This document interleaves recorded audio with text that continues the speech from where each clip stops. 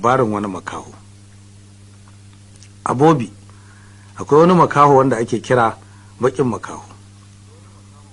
Dalilin da yasa mutane ke kiransa haka domin wayan da Allah ya zuba masa ne. Kullum in yayo bara baya batar da kudin a wofi, sai ya samu wani wuri ya ta tarawa har dai kudi suka yawa. Ranar Juma'a da ya dawo sai kwaso kudinsa duka ya kidaya, sai ga har sun kai fan 3. Da ya ga sun yawa haka sai ji tsoron kada ya bar su a bukkarsa wani ya zo ya sace. Saboda haka ya ta neman inda zai kai su. Ya ga in ya ba wani ajiyarsa kuwa lalle za a zalunce shi. Yana cikin tunanin yadda zai yi da su sai ya tuna ba inda ya ya ajiye su sai a masallaci, dan ya sani lalle ba barawan da zai yi tsammani akwai wani abu a masallaci banda buzaye da goruna alwala. Daga in ya tafi da azhar lalle ya samu waɗansu suna sallah, saboda haka ya bari sai da rana ta tsaka, sa'an nan ya ɗauki kuɗinsa ya sa aljihu ya tasan wa masallaci. Da ya isa bai zame ba sai gindin mumbari ya tsaya tsit, ko ya ji motsin wani ciki bai ji ba, sai ya ce a ransa lalle ba kuwa. Dama me zai kawo mutum masallaci da rana tsaka haka? Ya shafa ya kwakwale ramin gindin mumbarin nan, ya zuba kuɗinsa ya tafi yana faɗi a ransa, in na dawo mumbarin nan shine shaidata, ba a dai motsa shi. Ashe duk abin da makahon ya aikata wani maɗinki na nan yana wurdi yana kallonsa. Wucewar makahon ke da wuya sai maɗinkin ya katse wurdi ya ce bukata ta biya, Allah ya karɓi roƙona. Ya tashi ya tone ramin ya kwashe kuɗi ya tafiyarsa. Kashe gari wani attajiri ya fidda zakka, bakin makaho ya samu kamar sule 5 sadaka, sai nufi masallaci da karamin ɗansa na ja masa gora, ya bar shi a waje. Shi ko ya shige ya lalubi mumbari ya tona gindinsa ba kuɗi ba dalilinsu. Ya saurara ko ya ji motsin wani bai ji ba, sai ya rike baki ya salati ya ce ba komai, in dai kuɗin nan halali na ne ai ba za su bata ba. Ya fito ya tarar da ɗansa ya ce masa, kai da muke zuwa nan ba ka lura da wani yana duban mu yana dariya? Yaro ya ce ba wanda na gani ne maka dariya sai san da maɗinkin nan da baya ba mu sadaka an mun je bara kasuwa. Nan wajen kofar gidan sarki muka baro shi. Da na waiwaya har gwalo ma na ga yana yi maka. Ina tsammani abokin wasanka ne, shi yasa ban ce maka komai ba, dan ka hana ni tsalma baki cikin sha'anin manya.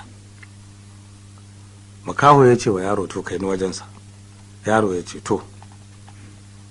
Ya jagoran ubansa har rumfar sanda maɗinki a kasuwa suka tarar ya dawo daga yawo, ko da ganin su sai sanda ya ce bakin makaho me ya kawo ka nan ne yau ba kuma ranar Juma'a ba? Ku dai makafin nan kun damu mutane da bara. Makaho ya dariya ya ce kai sanda, in ba dan mu kaɗai muke zuwa kasuwan nan lalle da mun mutu. To yau ba bara na zo ba da kare magana ce ta kawo ni, fito kaje.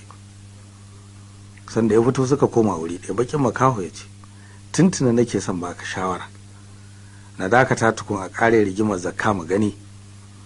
Yau kuɗin da nake tarawa na bara yanzu na ga sun yi ɗan yawa, saboda haka nake so in ka yarda in baka so ka rika juyawa, kana sayan 'yan kayayyaki kana sayarwa, kaga da ni da kai duk sai mu amfana. Yanzu ɗinki baya ciwa da damuna, dama ka bar shi sai kaka. Yau ma can inda nake ajiya na tafi in kai waɗansu 'yan fam guda da na samu wajen zakkar da attajirai suka fidda jiya. Na tara wurin da na ajiye kuɗin akwai mutane, saboda haka na bari sai rana ta take tsaka, sa'ad da kafa ta ɗauke na tafi in kai waɗannan. Gobe kuma in naje abinda na samu daga waɗanda sarki zai fitar zan komo ma'ajina na ɗauki waɗancan in gama in kawo maka.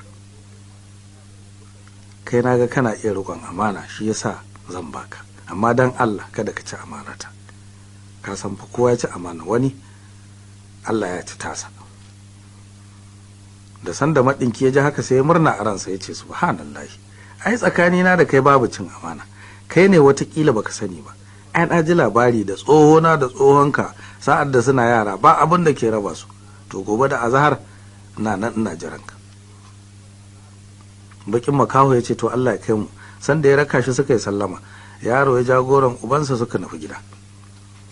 da wucewarsa sai sanda yawa makaho walo daga baya ce a ransa, bari in je yanzu in mai da kuɗin nan fan 3 a masallaci, dan idan an jima da rana tsaka bakin makaho ya kai fan gudan da yake faɗi ya tarar da waɗancan.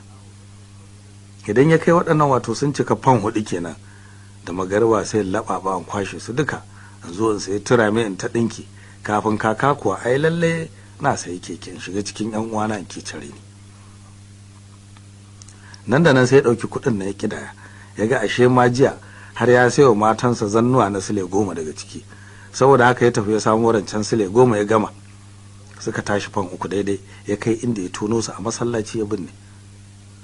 Ya ce ashe dai ba shakka abinda mutane ke faɗi gaskiya ne, dare ɗaya Allah kan yi bature. Dubu wannan baiwa da ubangiji ya mun yau, in samu fan 4 ba sai ba sayarwa. Ya kama hanya ya tafi. Da rana ta tsaka bakin makaho ya komo masallaci, ya tona bari sai ga kudinsa fan 3 cir. Ya godiya ga Allah da ya nufe shi da wannan dabara, ya kwashe ya koma gida. Magariba na yi sanda shi ya riga liman zuwa masallaci. Da aka yi sallah aka kare sai ya kama wuridin ƙarya don mutane su watse su bar shi, shi ko ya tone kudin. Da ya ga duk an fita sai ya tashi ya nufi gindin mambari, ya tona bai ga komai ba, sai duk ransa ya ɓaci, ba dan batan sile 50 din nan ba, amma dan sile 10 nan da ya ranto ya cika. Da zai fita sai ya ce kai me ma zai bata min rai, dama na ɗauke su tuntuni, zunubin da zan kwasa na wannan bawan Allah ai ubangiji kaɗai ya san iyaka. Ya wuce yana tunanin abin da zai yi ya biya mutane sile 10 su. Da gari ya waye ya ta jiran bakin makaho har azhar ta wuce bai gan shi ba, sai ya tashi ya bi shi gida ya ce na zo bisa ga magana da muka kulla jiya ne, ka san ni ba na son in na ce in komo in ce a'a.